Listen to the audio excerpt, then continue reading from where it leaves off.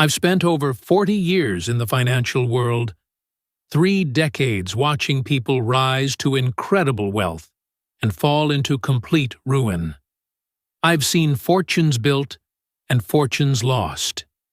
I've seen people who earned millions, only to watch it all vanish in a single market crash. And I've seen quiet, ordinary folks, teachers, mechanics, small business owners, slowly, steadily build wealth that lasted for generations. And after all these years, I've come to one conclusion. Success isn't about how much money you make. It's about how well you stand when the wind changes. You can learn every investment strategy in the world, read every book on finance, master every spreadsheet. But if you can't manage yourself, the market will manage you. I once told a client, "Don't ask me where to invest. Ask yourself, how do I become the kind of person who deserves wealth to stay?" Because money never stays with those who aren't ready to handle it. Everything begins from one simple place: yourself. There's no sustainable success until you've conquered the hardest battle, the one within. People ask me all the time, "What's the secret to getting rich?" And I always answer the same way. It's not a formula. It's discipline. Discipline to wake up early. Discipline to save when it's easier to spend. Discipline to keep learning when no one's watching. Discipline to keep promises to yourself, especially when no one would know if you broke them. When you can say no to small temptations, you're saying yes to long-term freedom. I remember a young client once asked, "Is there a faster way?" I smiled and said, "Sure, but it only works in your imagination." Because true stability doesn't come from speed, it comes from systems. If you can improve yourself by just 1% every day, success becomes inevitable. Read 5 more pages today. Spend $10 less. Focus 30 minutes longer. Do that for a year, and compounding will do the rest. Compounding isn't just for money. It works for habits, for mindset, for life itself. And the compound interest of discipline will take you further than any rate of return ever could. But discipline alone isn't enough. To keep what you build, you must master your emotions. That's what I call training the mind and the heart. Money doesn't change people, it reveals them. If you're fearful, money will amplify that fear.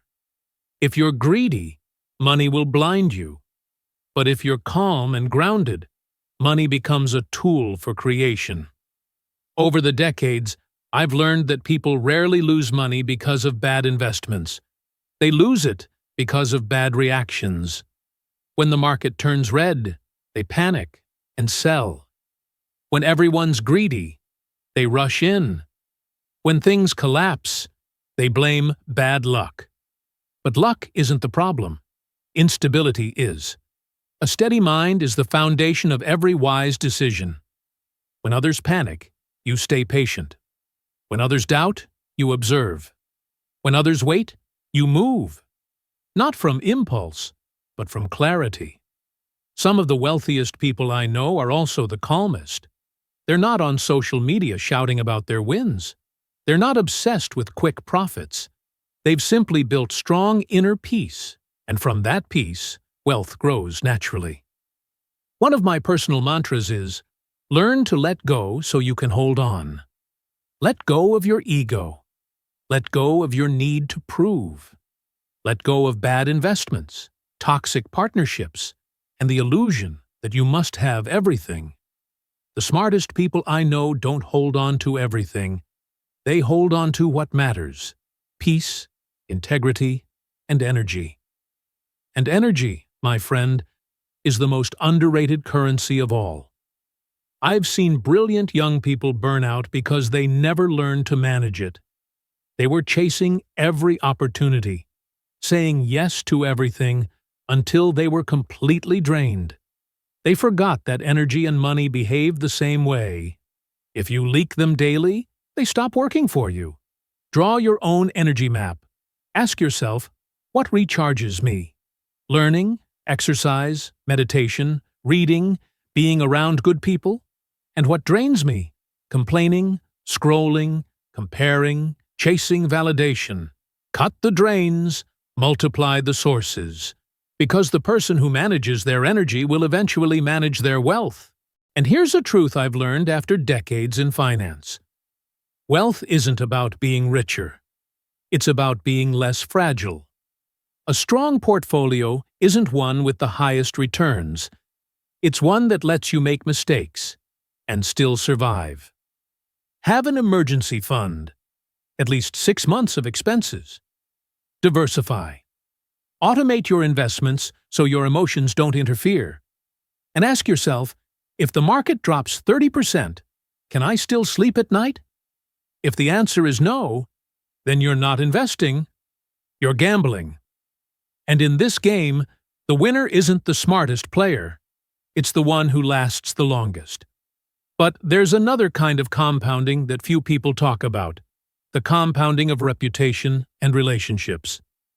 In America, we call it social capital. Social capital isn't printed on paper. It's built in every promise you keep, every handshake you honor, every moment you act with integrity. I once worked with a small business owner, not the most talented man, but the most reliable. He was always on time, always honest, and always willing to admit when he was wrong. 10 years later, his reputation became his biggest asset. People trusted him, referred clients to him, and helped him in downturns. He became wealthy not just in dollars, but in respect. Markets forgive mistakes. They never forgive dishonesty. A trustworthy brand will take you further than any marketing strategy ever could. Because trust, when compounded, becomes the most powerful form of wealth. Now let's talk about wisdom, what I call the sharpening of the mind. Wisdom doesn't come from knowing more, it comes from understanding deeper. Some people read 100 books but change nothing. Others read one and live it so deeply that it transforms everything. Don't learn to memorize, learn to apply. Don't chase new information. Seek timeless principles. The intelligent react quickly. The wise act correctly. A wise person doesn't get distracted by every trend. They don't ask, how do I get rich fast? They ask, how do I build wealth that lasts? They don't chase 10 strategies. They pick one that works and repeat it relentlessly. Warren Buffett once said, "Success doesn't come from doing a lot of things right, but from avoiding a lot of things wrong." The deeper your understanding, the less you need to do. True wisdom simplifies the complex. If you can't explain an idea to a 12-year-old, you don't truly understand it. Wisdom isn't about sounding smart. It's about bringing clarity where there was confusion. And remember, wisdom doesn't live in books. It lives in experience. You can't truly understand loss until you've lost. You can't grasp discipline until you've failed to keep it. Only through trial, correction, and reflection does knowledge become wisdom. And wisdom begins with asking the right questions. Most people spend their lives answering. The wise spend their lives asking, is this really important? Am I acting from vision or from fear? Does this decision align with my values or just my ego? Every right question pulls you closer to the truth. And after all these years, I've found that success in any field, business, money, or life, rests on 3 roots. Master yourself. Steady your heart. Sharpen your mind. But there are 2 more elements I've come to value deeply: energy and gratitude. Energy gives you the capacity to act. Gratitude gives you the clarity to act wisely. I've met people with millions who are miserable. They have money, but no peace. Because they forgot one simple truth. Gratitude is the highest form of wealth. When you're grateful, you stop living in scarcity. You stop chasing, comparing, and complaining. And ironically, when you stop obsessing over having more, life gives you more. Every morning, before I open my laptop, I write down 3 things I'm grateful for. Some days, it's as simple as, I'm breathing. I'm learning. I have another chance today. It doesn't take long, but it changes everything. Because when your heart is calm, your mind becomes clear. And when your mind is clear, your actions become right. In my younger years, I thought success was all about effort.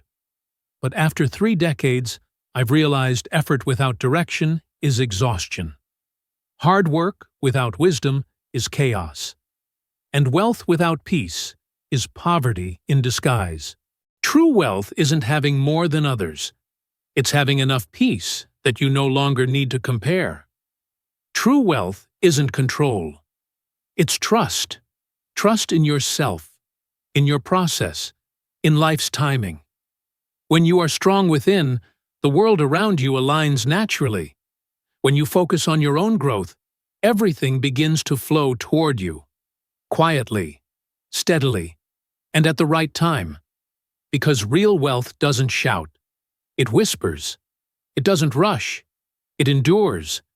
And it always begins from within. So if there's one thing I want you to take away from my story, it's this. Before you chase wealth, build your roots. Before you run faster, learn to stand still. And before you ask how to get rich, ask yourself, how can I become the kind of person who stays rich? In money, in mind, and in spirit. When your roots are deep, no storm can shake you.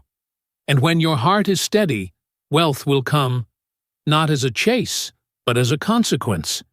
Because in the end, success isn't about speed or size. It's about strength, stability, and staying true to what really matters. That's how you become strong rich, steady rich, and right rich.